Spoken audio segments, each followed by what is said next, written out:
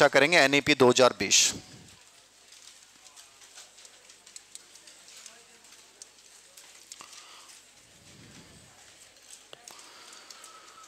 NEP 2020 क्या है समझना।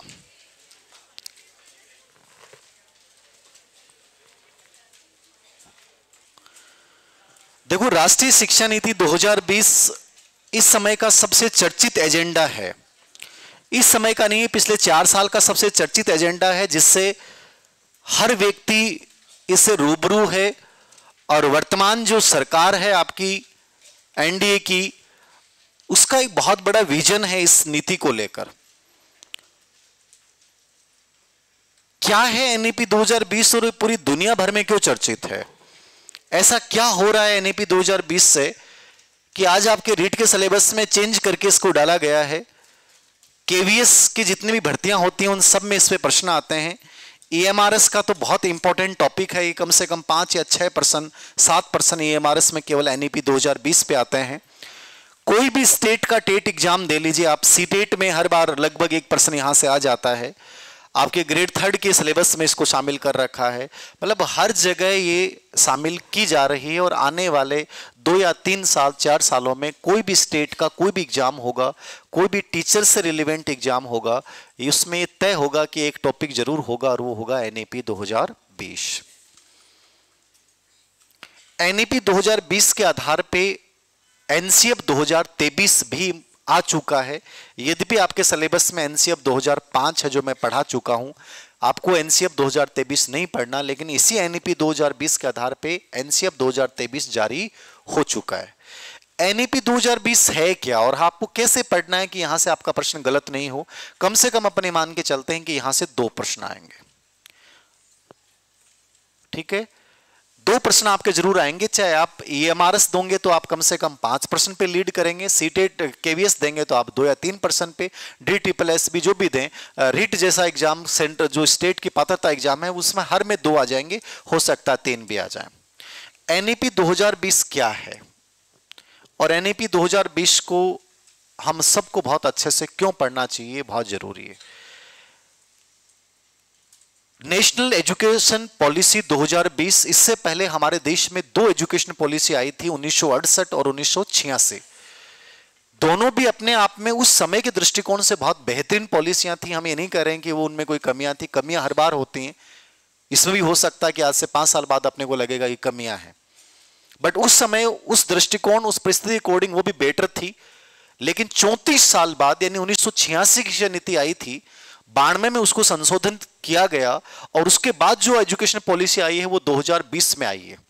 ठीक है, जो अभी भी स्टेटों में चल रही है, कोई स्टेट इसको लागू कर चुका है, कोई स्टेट लागू नहीं किया है। यद्यपि पहला राज्य जो था वो मध्य प्रदेश था एनईपी 2020 को लागू करने वाला, और दूसरा राज्य कर्नाटका था जिसने एनईपी 2020 को लागू किया है। सब राज्य सीक्वेंस के अकॉर्डिंग अपने अपने राज्यों के हिसाब से इसको लागू कर रहे हैं, याद रखना। राजस्थान में भी इसको लेकर जैसे काम चल रहा है, और अभी एक बहुत चर्चित बिंदु है कि जो इसका पहला चैप्टर है उसके तहत बाल वाटिकाएं जो हैं वो राजस्थान के स्कूलों में भी प्राइमरी सेक्शंस में जो है वो स्थापित की जाएंगी। और उसके लिए जो है वो ईसीसी सर्टिफिकेट जो एनसीईटी से मान्यता प्राप्त हो, चाहे वो 1 साल का हो चाहे वो 2 साल का हो, उसको एनईपी 2020 में वैलिड किया गया है। उन टीचर्स का एक अलग से कैडर बनाया जाएगा। तो हर स्टेट अपने अकॉर्डिंग कर रहा है। और इस पॉलिसी में एक बड़ी बात यह भी है कि संविदा आधारित शिक्षक भर्ती को हम समाप्त करेंगे। जो जेएस वर्मा कमेटी की रिपोर्ट थी इसके अंतर्गत, उसमें बताया गया है कि ये जो ये टीचर है ना, क्या नाम बोलते हैं जिनको, संविदा शिक्षक या जिसको अपन पैरा टीचर, जो पैरा टीचर वर्ड है उसको कंप्लीटली हमें समाप्त करना है। एनईपी 2020 में हमें कंप्लीटली स्थायी शिक्षक लगाना है। उनका एक ऐसा कैडर बनाया जाएगा, उनका प्रमोशन होगा, उसमें भी उन्होंने क्या पढ़ाया है और उनकी क्या चीजें हैं उसके आधार पे प्रमोशन होगा। उन टीचर्स का कोई ट्रांसफर नहीं होगा। यदि एनईपी 2020 को कंप्लीटली लागू किया जाता है तो सब चीजें बहुत सिस्टमेटिक हो जाएंगे। मतलब आपके कैडर को, आपके पद को एक बहुत अलग तरीके से देखा जाएगा। आपको किसी के ट्रांसफर के लिए अलग से भागना नहीं पड़ेगा। आपकी योग्यता होगी तो तुम आगे बढ़ोगे, वरना नहीं बढ़ोगे। वो टाइम गया कि आप नॉर्मली रूप से काम करते थे, ठीक है, चल जाता था। नहीं, वैसे प्रमोशन नहीं होगा आपका। आपने क्या पढ़ाया है उसका पूरा रिकॉर्ड रखा जाएगा। आपने जो ट्रेनिंग है वो पूरी की है कि नहीं की है, आपने 50 घंटे का सीपीडी कोर्स किया कि नहीं किया है, आपने बच्चों के रिजल्ट्स के लिए क्या इनोवेशंस किए हैं, वो सब तुम्हारे मूल्यांकन का केंद्र बनेगा। जैसे बच्चों के लिए मूल्यांकन का केंद्र परख है, वैसे आपके लिए भी मूल्यांकन का परख केंद्र बनेगा। आपकी पूरी भर्ती प्रक्रिया पूरे देश की एक जैसी होगी। जैसे अब अलग अलग स्टेट में अलग अलग है, एनईपी 2020 कहती है कि सबका एक जैसा होगा, अलग अलग नहीं होगा कि एक स्टेट अलग बना रहा है, एक स्टेट अलग बना रहा है। और जिसको त्रिस्तरीय ढांचे में बनाया जाएगा, यद्यपि अलग अलग स्टेट इसको लागू कर रहे हैं, केवीएस में यह ढांचा कंप्लीटली लागू है कि पहले आपको रिट पात्रता परीक्षा करनी है, उसके बाद आपको मेंस एग्जाम देनी है, उसके बाद जो है वो आपका इंटरव्यू होगा, उसके बाद जो है वो आपकी परफॉर्मेंस टेस्ट होगी, जो आपको देख के देखा जाएगा कि बोर्ड पे खड़ा होने का तरीका क्या है, ये क्या बच्चों को पढ़ा पाएगा क्या। परफॉर्मेंस टेस्ट भी इसके अंतर्गत शामिल होगा। यानी एनईपी 2020 कंप्लीटली लागू होने के बाद टीचर बनने के लिए केवल आप एक टेस्ट पास नहीं कर सकते, आपको एक 3 से 4 स्तरीय ढांचे की प्रक्रिया से गुजरना पड़ेगा, जहां आपका इंटरव्यू भी है, जहां आपके परफॉर्मेंस टेस्ट भी है, जहां आपका रिटन टेस्ट भी है, जहां आपकी पात्रता एग्जाम भी है। ये चारों चीज मिलकर ही आप एक टीचर बन सकते हैं, अन्यथा टीचर नहीं बन सकते। बहुत सारे इसके विजन हैं और सबसे बड़ी खूबसूरती इसकी ये है इस पूरी एनईपी 2020 के कि भारतीय संस्कृति की जड़ों से बांधे रखना। इंडियन जो कल्चर है, जो दुनिया में, पूरी दुनिया में प्रसिद्ध है, उस भारतीय संस्कृति को मेंटेन करना कि वो भारतीय संस्कृति केवल हमारे कार्यों में, विचारों में, हमारी बुद्धि में, हमारे कौशल में, हर जगह वो दिखाई देनी चाहिए। ये एनईपी 2020 का प्रयास है। आपको एक अच्छा नागरिक बनाना। बच्चों का एक वर्ड यूज किया इसने, हॉलिस्टिक डेवलपमेंट, समग्र विकास। कोई सब्जेक्ट का प्रतिबंध नहीं होगा आप पे। वो कह रहा है कि यार ये क्या आपने सिस्टम बना दिया, आर्ट संकाय, साइंस संकाय, कॉमर्स संकाय, बच्चे को एक विषय विशेष का आप ज्ञान दे रहे हो। ये कह रहा है बच्चे को ऑलराउंडर बनाओ, लचीलापन, बहुविषयक होना चाहिए। जब मन करे बच्चे का इस विषय को छोड़ दे, इस विषय को अपना ले। फ्लेक्सिबिलिटी पूरी एनईपी 2020 की सबसे इंपॉर्टेंट विशेषता है। समग्रता एनईपी 2020 की सबसे इंपॉर्टेंट विशेषता है। भारतीय संस्कृति इसकी इंपॉर्टेंट विशेषता है। शिक्षा को यह कहता है कि सार्वजनिक सेवा है, हर बच्चे का अधिकार है कि 2030 तक अपने को, हर बच्चे को साक्षर बनाना है, मतलब बनाना है। जो संयुक्त राष्ट्र संघ के लक्ष्य थे सतत विकास के, उसके तहत उसको पाने के लिए एनईपी 2020 को लागू किया इन्होंने। तो इसके बहुत सारे एस्पेक्ट हैं, चाहे वो त्रिभाषा फार्मूला हो, चाहे टीचर हो, चाहे उसका मूल्यांकन, पूरा सिस्टम ऐसा बनाया इन लोगों ने कि मान्यता देने वाली संस्था अलग हो, रेगुलेशन करने वाली संस्था अलग हो, पाठ्यक्रम बनाने वाली संस्था अलग हो, सब अलग अलग हो, कोई हस्तक्षेप नहीं होना चाहिए। और आपका डेवलपमेंट बच्चे का बेसिक लेवल से स्टार्ट होना चाहिए, फाउंडेशन लेवल से, कि बच्चा 3 साल का बच्चा जो है वहां से उसके ऊपर हम ध्यान दें, स्पेशली FLN पे, बुनियादी साक्षरता और संख्या ज्ञान पे, कि इंडियंस के बच्चों में न्यूमेरिकल योग्यताएं बहुत कमजोर हैं। गणित आता ही नहीं हम लोगों को, हम गणित से डरते हैं। इसका रीजन हमें सिखाया नहीं जाता बचपन से। तो मेन एनईपी 2020 FLN पे बहुत बल देती है। बुनियादी साक्षरता और संख्या ज्ञान हर बच्चे को आना चाहिए, चाहे वो बड़ी एजुकेशन ग्रहण करे नहीं करे, बुनियादी शिक्षा तो प्राप्त करे। अर्ली चाइल्डहुड केयर एजुकेशन जो ECC है आपकी, वो बड़ी इंपॉर्टेंट है कि बचपन में बच्चे में चीजें पैदा कर दी जाएं, उनमें संस्कार पैदा कर दिया जाए, लर्निंग बाय डूइंग पैदा कर दिया जाए, ABL एक्टिविटी बेस्ड लर्निंग पैदा कर दिया जाए। समावेशी शिक्षा जो अपन CTET में पढ़ते हैं वो यहां दिखता है कि कोई भी बच्चा जाति, धर्म, लिंग, विकलांगता के आधार पर वंचित नहीं होना चाहिए।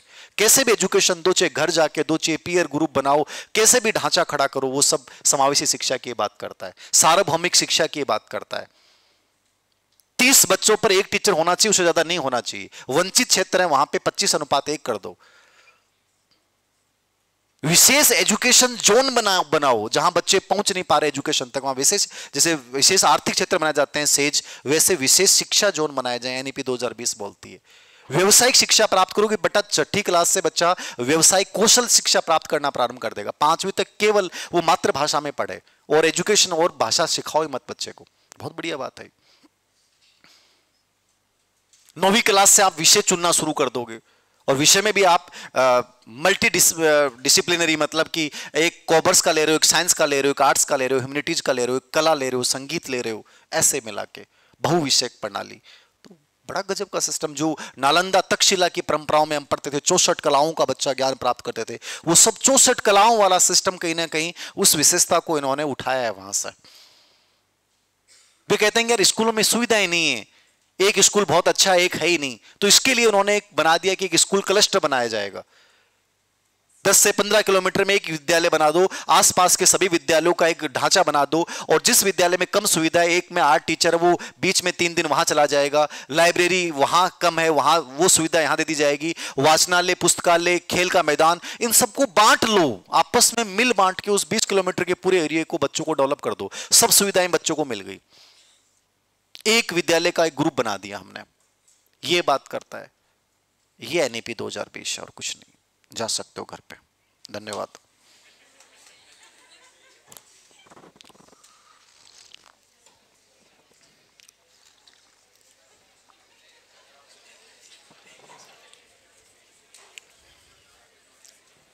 जा सकते हो।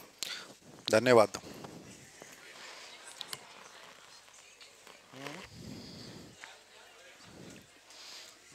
जा गोलू, जा बेटा, जा जा, तू भी जा, तू भी जा बेटा, जा जा।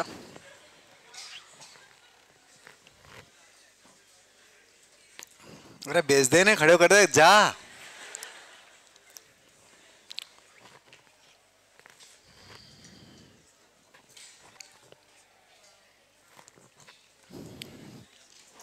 एनईपी 2020 हेडलाइन डाल ली आपने। अभी जो मैंने बताया वो सार है।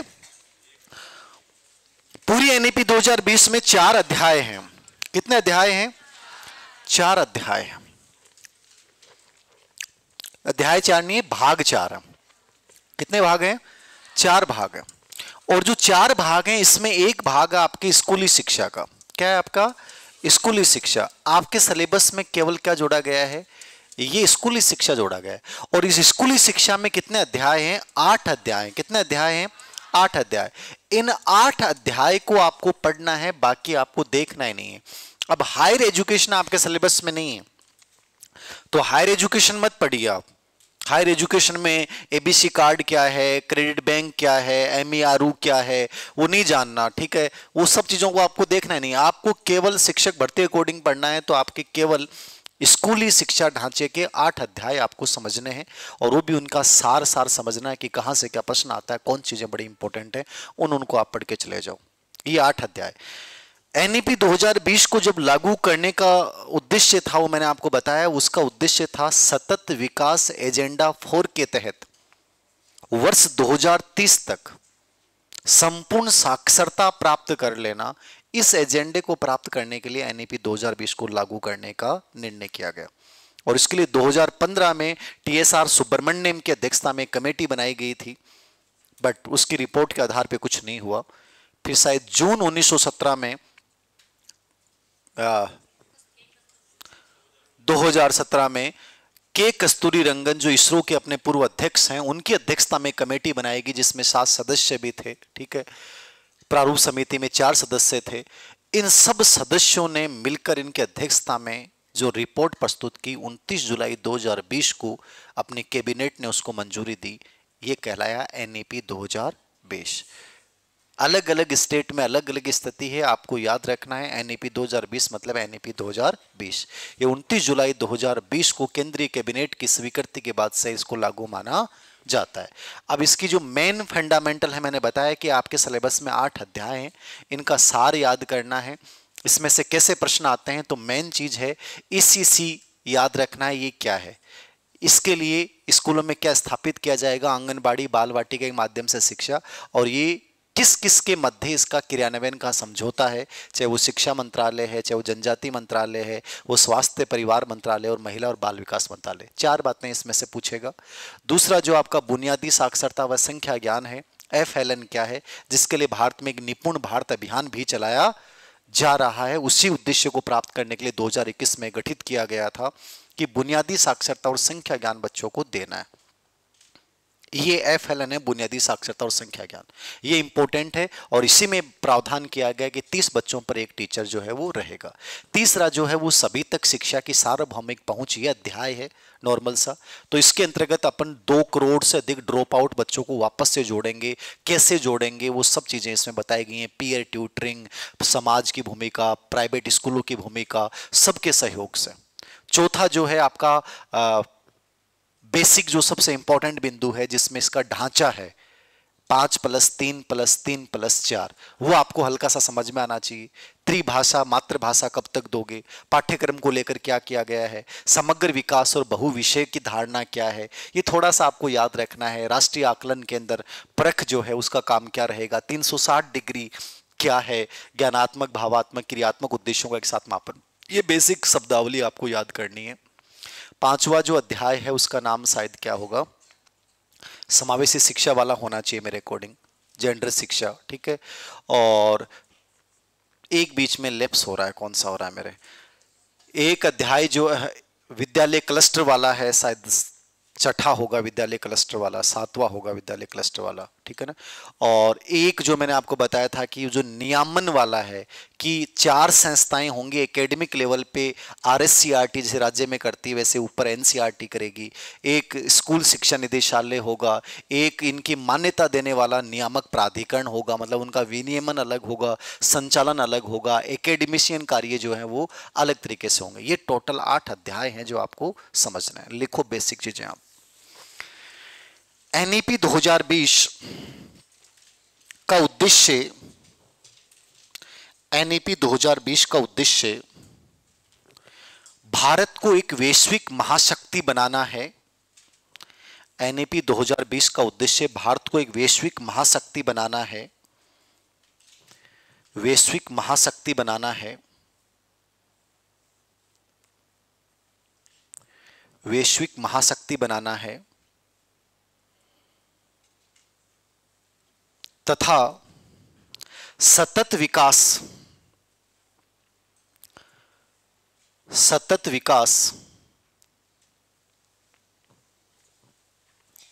के लक्ष्य के तहत वर्ष 2030 तक, सतत विकास लक्ष्य के तहत 2030 तक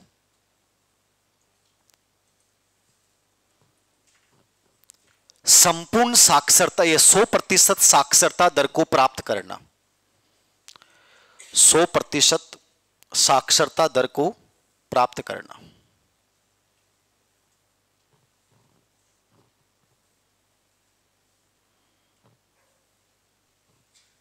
तथा समावेशी व गुणवत्तापूर्ण शिक्षा की व्यवस्था करना, समावेशी व गुणवत्तापूर्ण शिक्षा की व्यवस्था करना।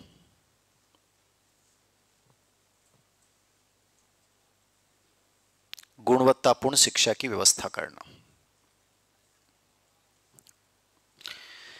याद रखना ये वर्ड, सतत विकास लक्ष्य जो संयुक्त राष्ट्र संघ द्वारा वर्ष 2015 में स्पेशली निर्धारित किए गए थे और हर देश को उसमें टारगेट दिया गया था। उसमें एजुकेशन को लेकर एक टारगेट था कि सभी देश जो है ये सुनिश्चित करेंगे कि 2030 तक हर बच्चे की शिक्षा तक सार्वभौमिक पहुंच हो, ठीक है। तो वर्ष 2030 तक हमें संपूर्ण साक्षरता दर को प्राप्त करना है। इस लक्ष्य को प्राप्त करने के लिए हमने NEP 2020 को लागू किया है, याद रखना, इसको बनाया है, याद रखना। तो मूल एजेंडा और सभी तक गुणवत्तापूर्ण शिक्षा, समावेशी शिक्षा की पहुंच सुनिश्चित हो जाए, ये इसका मुख्य उद्देश्य है। अब इसके लिए क्या किया गया वो थोड़ा सा दिमाग में रखना है कि जनवरी 2015 में केंद्र सरकार ने इसको लेकर प्रोसेस शुरू की और TMR सुब्रमण्यम की अध्यक्षता में पहली कमेटी बनाई गई थी, बट इसका कोई योगदान वैसे नहीं रहा क्योंकि मेन जो रिपोर्ट जारी की गई वो किसके द्वारा की गई, के कस्तूरी रंगन। तो आपको स्पेशली क्या याद रखना है, के कस्तूरी रंगन। TMR सुब्रमण्यम का नाम लिखो तो लिख सकते हो, ये पहली कमेटी थी इसके लिए गठित की गई थी, लेकिन इसकी रिपोर्ट के आधार पर ज्यादा कुछ भी नहीं हुआ। मेन जो हुआ वो क्या हुआ, के कस्तूरी रंगन।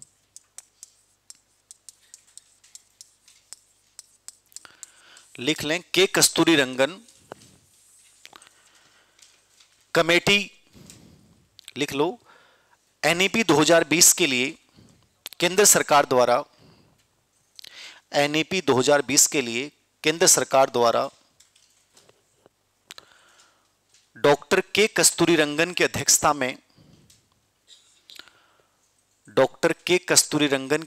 में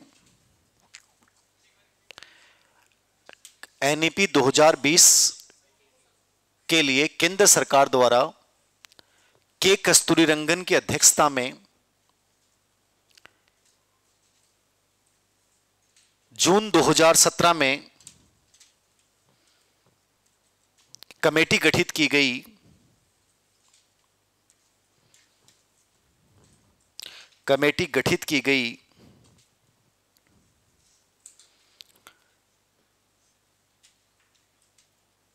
ये जो डेट मत याद रखना, आप तो के कस्तूरीरंगन याद रखना, जो इसरो के पूर्व अध्यक्ष थे, जिसने मई 2019 में अपनी रिपोर्ट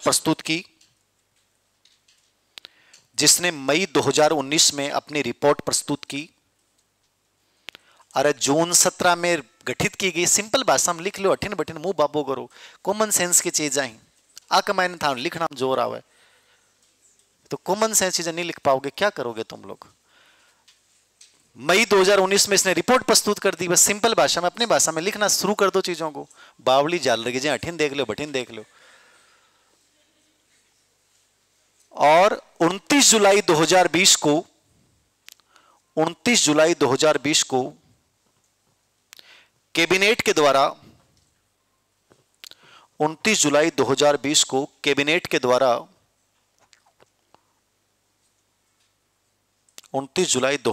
को कैबिनेट के द्वारा इसको स्वीकृति प्रदान की गई।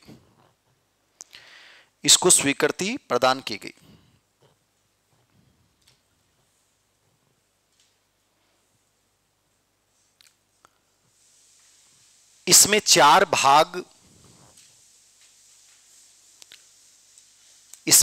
भाग व 27 अध्याय हैं। कितने भाग हैं इसके? 4 भाग हैं और 27 क्या हैं? अध्याय हैं।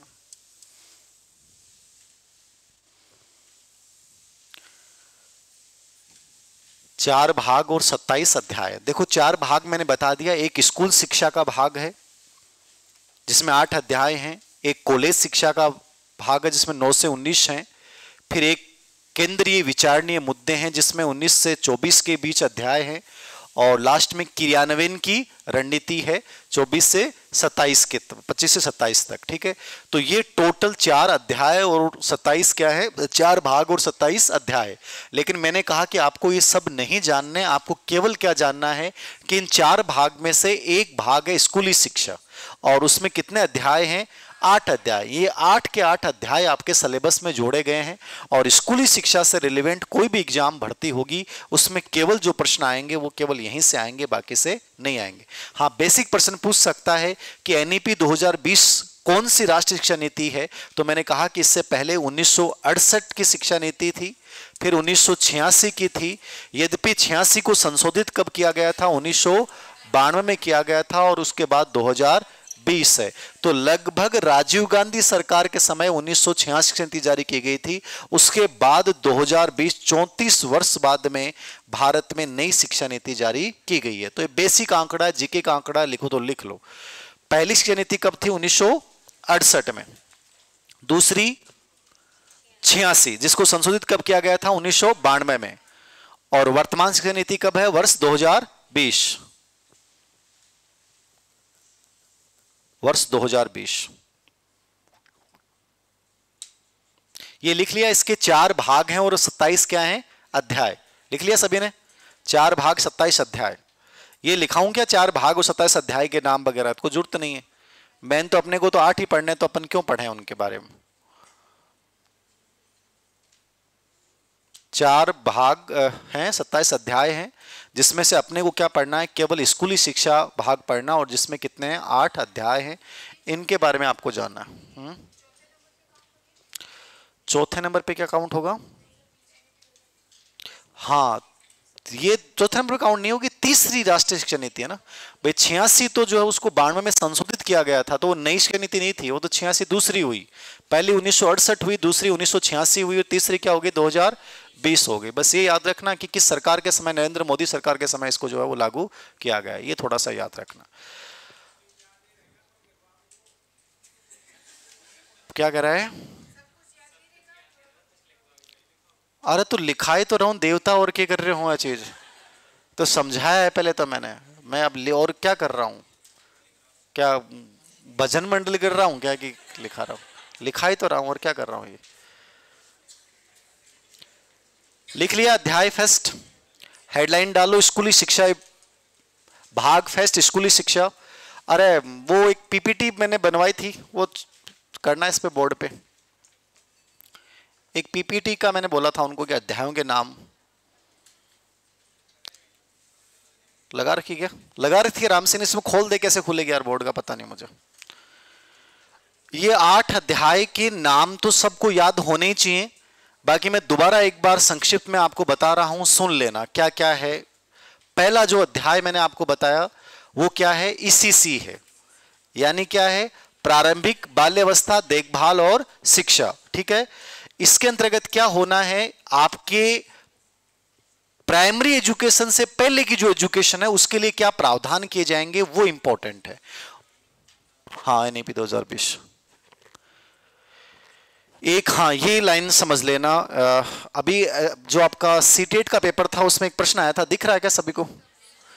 राष्ट्रीय शिक्षा नीति 2020 के कितने स्तंभ होंगे? ये सीटेट में एक प्रश्न आया था, उसमें संख्या पूछ रखी थी 1, 3, 4 या 5। तो कितने स्तंभ होंगे? 5 स्तंभ होंगे, और पांचों के नाम जरूर याद रखने। इसमें मैं हल्का सा आपको बता भी दूंगा कि क्या मतलब होता है। बाकी आपको एग्जाम ओरिएंटेड पढ़ना है तो केवल ये नाम याद रख के जाना है। तो ये भी लिख लो, एनईपी 2020 के 5 स्तंभ होंगे।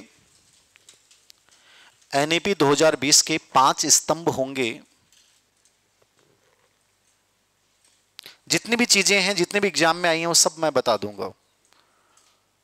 एनईपी 2020 के 5 स्तंभ होंगे। ये लगभग 180 पेज का ड्राफ्ट है। यदि मैंने कल भी पढ़ा था, मॉर्निंग में पढ़ा था, फिर भी इस 180 पेज को समराइज करना बहुत मुश्किल है। किन चीज़ों को अपन छोड़ें, किन चीज़ों को अपन पढ़ें, ये बहुत मुश्किल काम होता है कि आप 180 पेज आप पढ़ नहीं सकते। 180 पेज को संक्षिप्त भी करोगे तो कितने में कर सकते हो? 100 पेज में कर दो। 50% हटा दिया आपने मैटर। 50% के बाद आप और कितना करोगे? 1/3 कर दो। ठीक है, कितना कम करोगे इसका? तो मेन चीज ये है कि यहां से आपको ये समझना पड़ेगा कि इसमें ऐसा कौन सा पार्ट ऐसा है जो सच में जहां से प्रश्न पूछे जाते हैं। तो अपन जो फोकस कर रहे हैं वो स्पेशली उन चीजों पे फोकस कर रहे हैं जो केवीएस और ईएमआरएस में स्पेशली ज्यादा प्रश्न आए हैं एनईपी 2020 के। तो उनसे अपने को एक आइडिया लगता है कि एनईपी 2020 में प्रश्न कहां से आ रहा है। अब जैसे ये बिंदु है, अपने को तो सिर्फ 8 अध्याय पढ़ने थे, लेकिन ये बेसिक बिंदु है, लेकिन इसमें से प्रश्न पूछा गया है। तो आपको पता होना चाहिए कि न्यू एजुकेशन पॉलिसी के 5 स्तंभ क्या है, वो आपको क्लियरली पता होना चाहिए। तो लिख लो ये पांचों के नाम। सब तक पहुंच यानी एक्सेस, भागीदारी इक्विटी, गुणवत्ता क्वालिटी, किफायती अफोर्डेबिलिटी और जवाबदेही अकाउंटेबिलिटी। 5 स्तंभ हैं, सब तक पहुंच, भागीदारी, गुणवत्ता, किफायती और जवाबदेही। ये पांचों याद करने हैं। अब आप इसमें से कुछ समझ में नहीं आया तो मैं समझा देता हूं इनका मतलब क्या होता है। भाई सब तक पहुंच का तो मतलब ये है समावेशी शिक्षा, कि कोई भी बच्चा जो है वो शिक्षा से वंचित नहीं रहेगा। ये एनईपी 2020 का मुख्य एजेंडा है कि हमें 2030 तक प्रत्येक बच्चे को साक्षर करना है।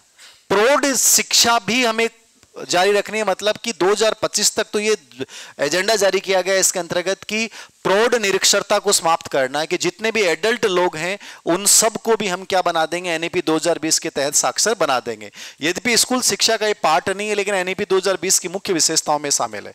तो सब तक पहुंच यानी समावेशी शिक्षा हो गई, सब तक अपने को पहुंचाना है। भागीदारी का मतलब क्या है? प्रत्येक बच्चे की व्यक्तिगत सहायता करना। भागीदारी का मतलब, इक्विटी का मतलब यहां क्या लिया गया है? हर एक बच्चे को तुम जोड़ोगे और उसकी जो भी इंडिविजुअल प्रॉब्लम है उनको तुम सुनोगे। तो लिखो, तो आगे लिख लेना, भागीदारी का मतलब क्या है? प्रत्येक बच्चे की व्यक्तिगत सहायता है, क्योंकि इसके नाम से आपको कुछ अलग लग रहा है, इसका अर्थ कुछ अलग होता है। भागीदारी का मतलब क्या है? प्रत्येक बच्चे की व्यक्तिगत सहायता। गुणवत्ता क्वालिटी का मतलब क्या है? कि हर बच्चे को, मतलब क्वालिटी में कहीं समझौता नहीं किया जाएगा। जो एजुकेशन दी जाएगी वो उसके सर्वांगीण विकास पर आधारित होगी। किस पर आधारित होगी?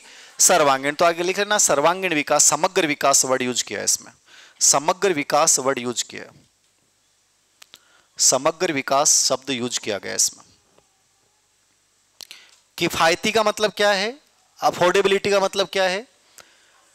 अरे 3 से 18 साल के बच्चे को निःशुल्क शिक्षा प्रदान करना है। ये एनईपी 2020 ये कहती है कि हमें आरटी 2009 का जो दायरा है 6 से 14 वर्ष, जो विकलांग बच्चों के लिए है 6 से 18 वर्ष, उसको हमें कहां से लेके आना है? 3 से 18 साल के प्रत्येक बच्चे को फ्री एजुकेशन देना है। इसका मतलब क्या हो गया यहां? किफायती। तो आगे लिख लेना 3 से 18 वर्ष तक के बच्चों को निःशुल्क शिक्षा उपलब्ध करवाना, ये किफायती वर्ड है इसके लिए।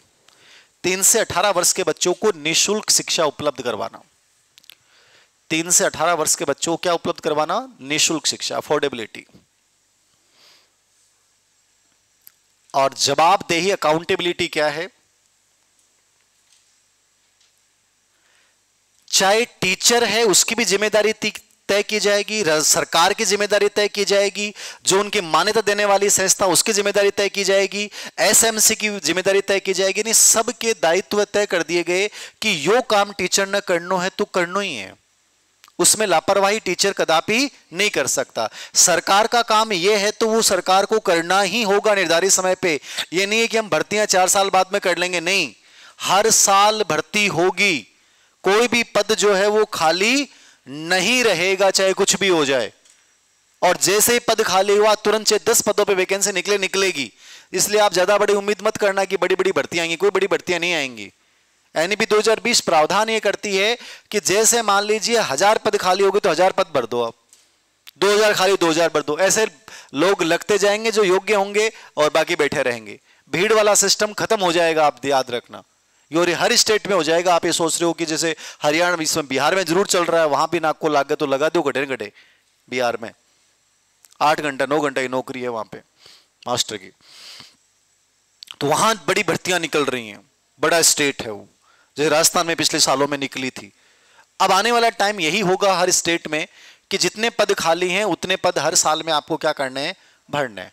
और उसकी भी आपकी जो प्रक्रिया होगी वो आपको मैंने बताया था काफी हार्ड प्रक्रिया होगी, नॉर्मल प्रक्रिया नहीं होगी कि आपने रिटर्न टेस्ट दे दिया, अठिन बठिन टिप टाप के दे दिया तो काम चल जाएगा। आपकी परफॉर्मेंस भी होनी चाहिए, आपको पढ़ाने का स्किल भी आपके अंतर्गत आना चाहिए, तो वो सब सिस्टम पूरा लागू कर दिया जाएगा। तो जवाबदेही का मतलब है जिसके जो दायित्व हैं वो उनको पूरा करेगा। ये 5 नाम याद रखना, इसके 5 स्तंभ हैं।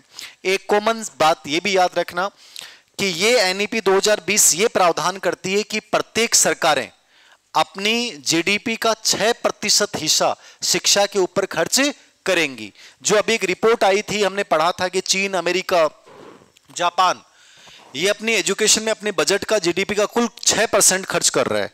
भारत का 2 पॉइंट समथिंग था उसमें। ये एनईपी 2020 कहती है कि एजुकेशन पे 6% खर्च करो, और ये बहुत अच्छी बात है। यानी शिक्षा जिस देश की बहुत बेहतरीन होगी वहां फिर प्रॉब्लम्स ही नहीं आएंगे। आज भारत में आर्टिफिशियल इंटेलिजेंस के नाम पे कुछ नहीं है। आप लोग दूसरे देशों के ऐप डाउनलोड करके बैठे हो। तुम्हारे देश के किसी व्यक्ति में क्या इतनी आमादा नहीं, इतनी ताकत नहीं है कि वो एक एआई बना दे, वो चैट जीपीटी बना दे, वो एक कुछ बना दे? कोई नहीं है क्या? इतने टैलेंट मर गया क्या? क्योंकि हमारे एजुकेशन इतनी गंदा सिस्टम है। रटाओ रटाओ, एक्सप्लोर करने नहीं जाता है। चाइना, जापान, अमेरिका में हर जगह एजुकेशन पे इतना खर्चा करने का उद्देश्य उनका है बच्चों में वैज्ञानिक और तार्किक सोच को डेवलप करना। ये एनईपी 2020 यही कह रही है कि हम चाहते हैं कि हर बच्चा रटे नहीं चीजों को। ये कोचिंग कल्चर खत्म करो। ये जो भीड़ वाले बच्चे बैठे हैं, बैग लिया, आज इसका बैग लिए झूम रहा है, कल किसका बैग लिए झूम रहा है, ऑनलाइन कटे ही है, ऑफलाइन कटे ही है, रात में चैट कोई के साथ ही कर रहे है, दिन में कोई के साथ ही है। सिस्टम बंद करो। ये हालत खराब कर रखी है। एक बच्चा 20 जगह मुंह मार रहा है, क्या है ये? बंद किया जाए। तो वैज्ञानिक तार्किक सोच, अवधारणात्मक सोच पर बल दिया जाए। ये इसका बहुत इंपॉर्टेंट वर्ड है कि क्रिटिकल थिंकिंग डेवलप करो, साइंटिफिक सोच डेवलप करो, एक्सपेरिमेंटल लर्निंग डेवलप करो। बच्चा प्रयोग करेगा, हर चीज को एक्सप्लोर करेगा, चीजों को समझेगा, चीजें कैसे डेवलप होती हैं। हमारे यहां कोई समझने की कोशिश नहीं कर रहा। लिखा दो गुरुजी, लिखा दो, लिखाए बाद में क्यों होगा, रट लेगा। अरे समझो चीजों को। एनईपी 2020 का विजन क्या है? आप में से कोई बच्चा समझना नहीं चाहता। आप में से एक भी बच्चा ऐसा नहीं जिसने एनईपी 2020 के 180 पेज के ड्राफ्ट को खुद पढ़ा है, नहीं पढ़ा। तुम ऐसे डिपेंडेबल बच्चे हो, तुम्हें ऐसा लगता है कोचिंग कर लिए माना आग लो पढ़ावे गो। हम में से कितने बच्चे हैं? आधे लो। बहुत बढ़िया है, 2-4 बाजा और लिया हो सागे।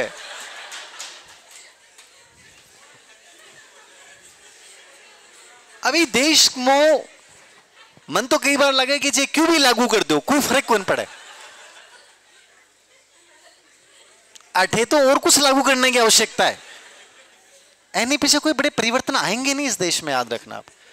तो जो मैं आपको बोल रहा हूं कि जो ये मेन वर्ड्स है ना, उस पर फोकस करती है। वैज्ञानिकता, तार्किकता, जो मैं बार बार एक वर्ड यूज करता हूं, एक्सप्लोर करो, एक्सप्लोर करने पे ये बहुत फोकस करती है।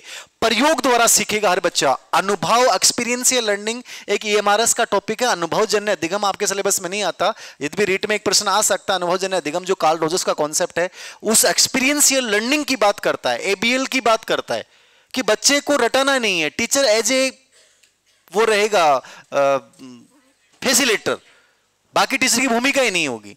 बच्चा ही सब चीजें करेगा, वो एक्सप्लोर करेगा, ग्रुप में कोलैबोरेटिव लर्निंग करेगा, वो सब एनईपी 2020। आपको कहीं रटने की आवश्यकता नहीं। मैं कह रहा हूं एनईपी 2020 को बिना पढ़े जाओ, इसके बेसिक समझ लो बस। स्कूली ढांचा क्या है? 5+3+3+4। इसी का मतलब क्या है? ये आपका बुनियादी साक्षरता संख्या ज्ञान एफएलएन क्या है? निपुण भारत अभियान किस लिए चलाया गया है? परख क्या है? 360 डिग्री क्या है? मूल्यांकन में जितने भी जो अपने साइकोलॉजी में अपन पढ़ते हैं, रटने वाली चीजों को समाप्त करना है, कोचिंग कल्चर को हटाना है, तो योगात्मक मूल्यांकन का विरोध करेगा, रचनात्मक मूल्यांकन की बात करेगा, क्रिएटिव सीसी की बात करेगा। बच्चे का बच्चे मूल्यांकन करेंगे, बच्चा स्वयं मूल्यांकन करेगा। मतलब जितनी रचनात्मकता एनईपी 2020 में पड़ी है, यदि आप थोड़ी सी समझ बनाओ तो एनईपी 2020 में आपको कहीं 1 घंटा पढ़ने की आवश्यकता नहीं है। एक समझ डेवलप कर लो कि एनईपी 2020 एक साइकोलॉजिकल विजन है। जो एनसीएफ 2005 में मैंने आपको पढ़ाया था, वही एनईपी 2020 है। जितनी क्रिएटिव चीजें बच्चे में हो सकती हैं, जितनी साइंटिफिक चीजें बच्चे में हो सकती हैं, वो सब चीजें अपन करेंगे। जो मैं क्लास में आते ही मैंने जो आपको 15 मिनट जो बातें बोली ना, वो पूरी एनईपी 2020 है। जिस बच्चे ने दिमाग से ढंग से सुना ना, उसके दिमाग में विजन क्लियर हो गया कि एनईपी 2020 सच में ये विजन है इस देश का। अब चाहे तुम इसको रटते जाओ, कोई बनता नहीं। ये लिख लेना, ये शिक्षा का कितना % खर्च किया जाएगा बजट का? 6%। याद रखना ना, इंपॉर्टेंट चीज है। शिक्षा का 6% खर्च किया जाएगा इस पर। मतलब बजट का जो अपने जीडीपी का, बजट का भी नहीं, जीडीपी का 6% हिस्सा शिक्षा के पे खर्च किया जाएगा। ये बात याद रखना, जीडीपी का 6% हिस्सा खर्च किया जाएगा। लिख लिया? वेरी गुड, बहुत बढ़िया बात। अब मैं अध्याय पे आऊं उससे पहले कुछ बेसिक बातें, इसकी बेसिक सिद्धांत उनकी बात कर लेता हूं। एनईपी 2020 के मूलभूत सिद्धांत, हेडलाइन डाल लो, एनईपी 2020 के मूलभूत सिद्धांत। एनईपी 2020 के मूलभूत सिद्धांत।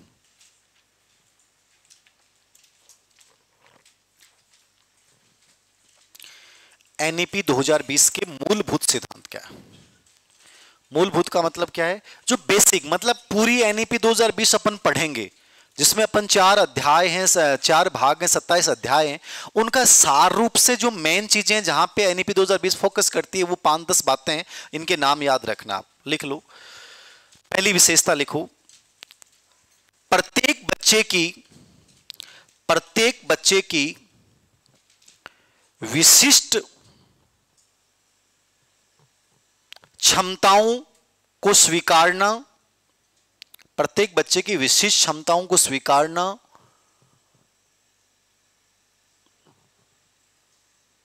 तथा उनके विकास हेतु प्रयास करना।